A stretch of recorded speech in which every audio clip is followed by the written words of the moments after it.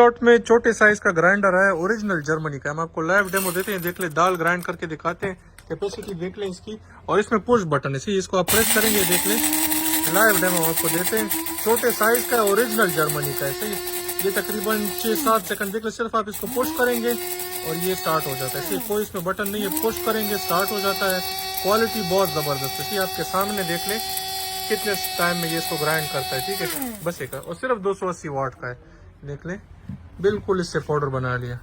ये देख ले, इस साइड पे देख ले, और ये देख ले, बिल्कुल पाउडर बन गया। और ये ओरिजिनल जर्मनी का है, ये देख ले, इस तरह की लैंग्वेज इसकी जर्मनी है, देख ले। और ये 280 वाट का है सिर्फ, सही है। क्वालिटी बहुत जबरदस्त है, बिल्कुल ब्रांड